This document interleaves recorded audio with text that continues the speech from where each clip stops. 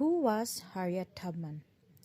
A woman who escaped slavery, then risked her own life to help others to do the same. A nurse who saved soldiers' lives during the Civil War. A Civil War spy who helped the Union Army. Or all of the above. We'll find out more in this story. No one knows the exact year in which Harriet Tubman was born. It may have been 1820 or 1821. Most people didn't think the birth of an enslaved person was worth remembering. Harriet Tubman would grow into a brave and daring young woman. She was brave enough to escape from slavery. She was daring enough to help others escape too. Because she led so many to freedom, she was called Moses. Like Moses in the Bible, Harriet Tubman believed that her people should be free, and she risked her life many times to help them become free.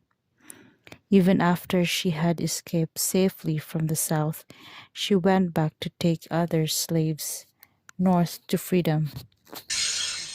Chapter 1. Life in Maryland.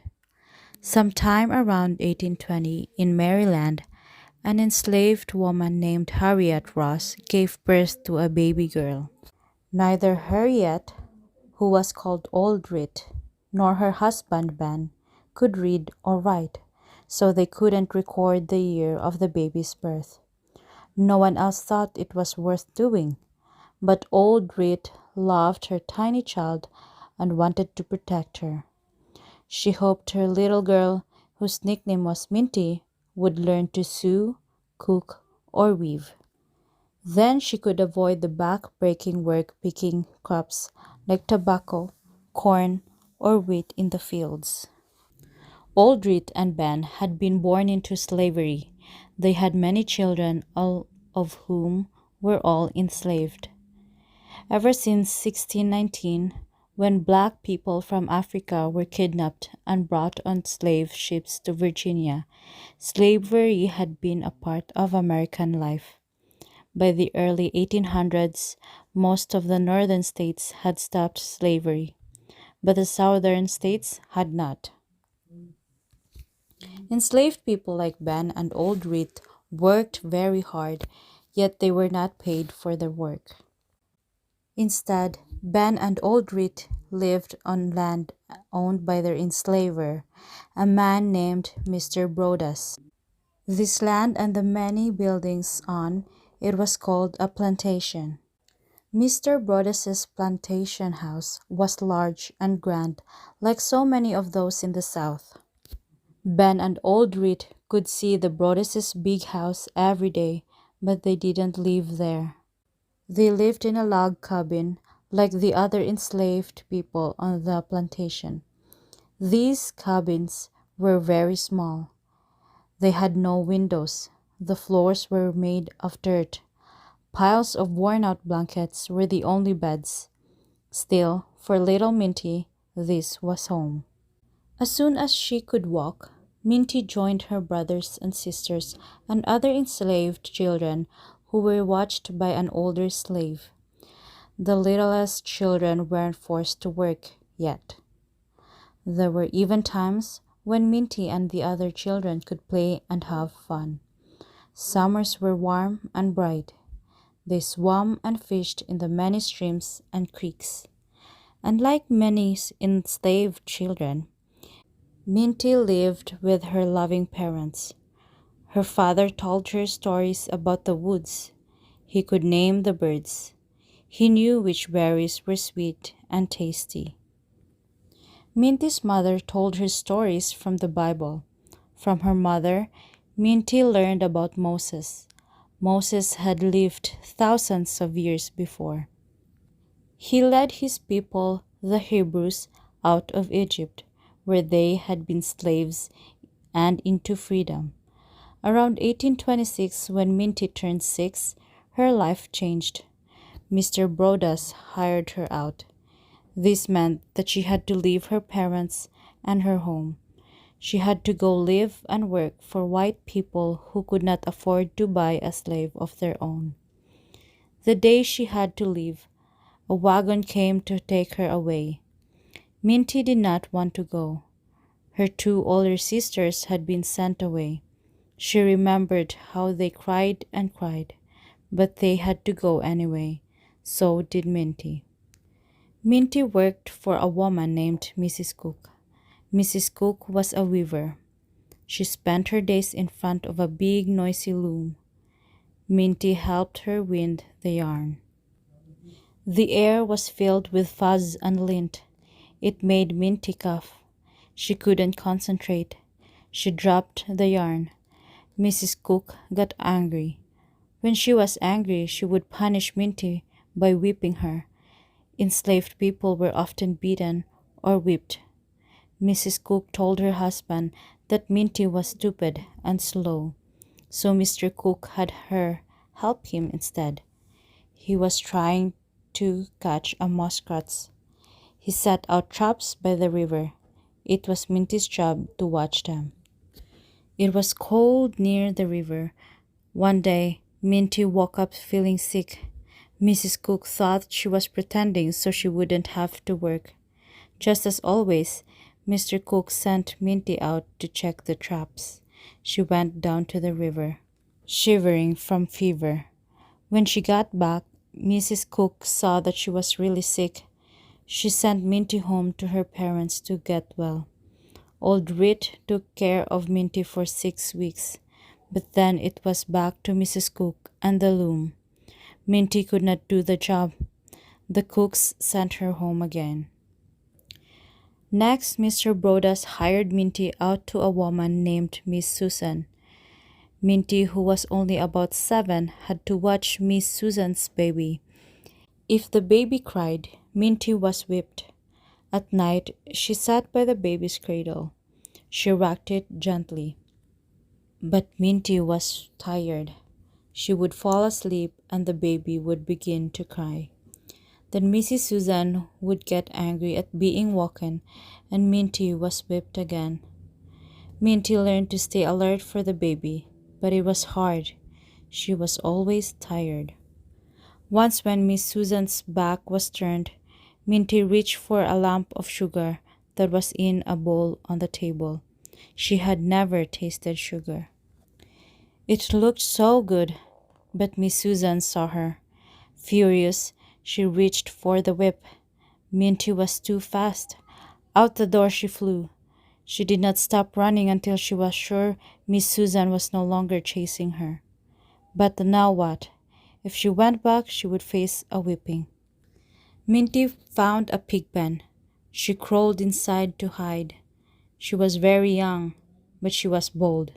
She tried to fight the piglets for potato peelings and other scraps of food, but the mother pig pushed Minty away. After 5 days, Minty was filthy and starving. She knew she would have to return to Miss Susan. Later, Minty would say, "I didn't have anywhere else to go, even though I knew what was coming." Instead of being hired out again, Minty was sent back to Mr. Brodas. Now Minty had to work in the fields, which was very hard. She split logs, loaded wood into wagons, worked the plow, and drove oxen. When she was out in the fields, Minty could see the sky and feel the wind. The others talked while they worked. That was how Minty began to hear new ideas. She heard people say they wanted to be free. Some of them escaped from the plantation. They went north to freedom. Others, like Nat Turner, started rebellions to end slavery.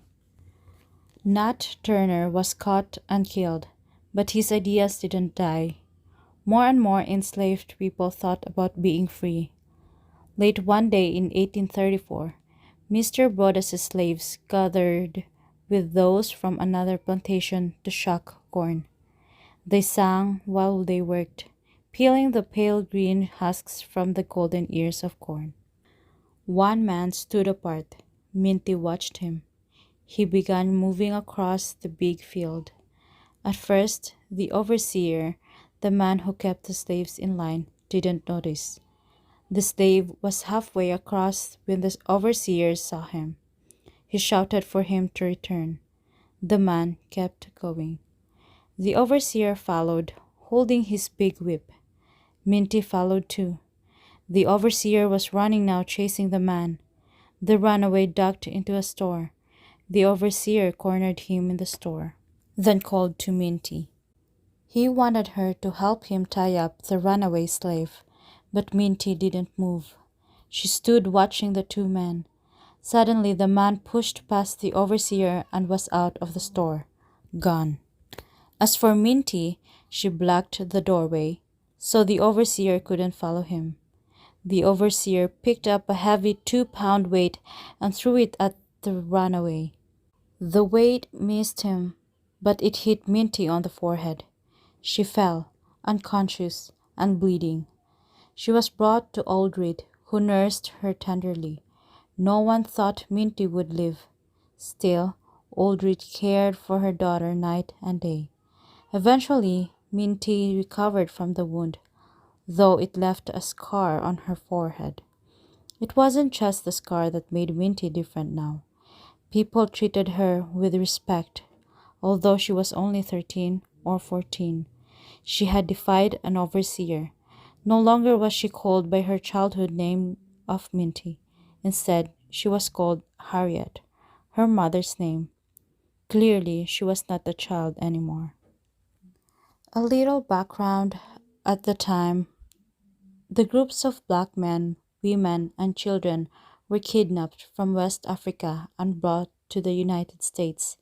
Here, they were sold at auction to the person who bid the highest amount of money for them. Auctions were advertised with signs and newspaper ads. Before the auction, white people looked over the black people who were for sale. They pried open their mouths to check their teeth. They pinched their arms and legs to test their muscles. Auctions tore apart families. A mother might be sold to a plantation owner in Mississippi, while her son or daughter might be sold to a plantation owner in Louisiana. The two would never see each other again. Husbands and wives, parents and children, brothers and sisters were cruelly separated. In 1859, a plantation owner named Pierce M. Butler sold 436 slaves over 2 days to pay off money he owed. It was the largest slave auction on record in the United States, and it was called the Weeping Time. A little background of Nat Turner's rebellion. Nat Turner was born in 1800s.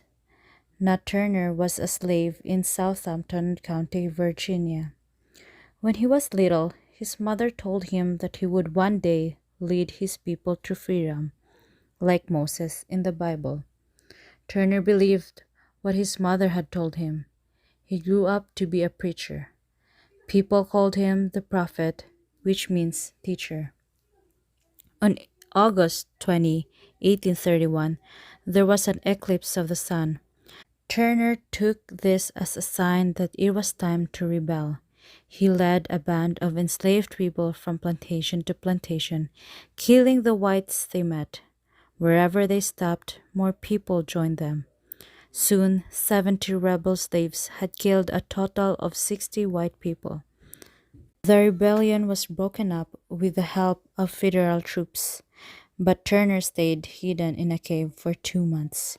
Later, he was found, and on November 11, 1831, Nat Turner was executed. End of chapter 1.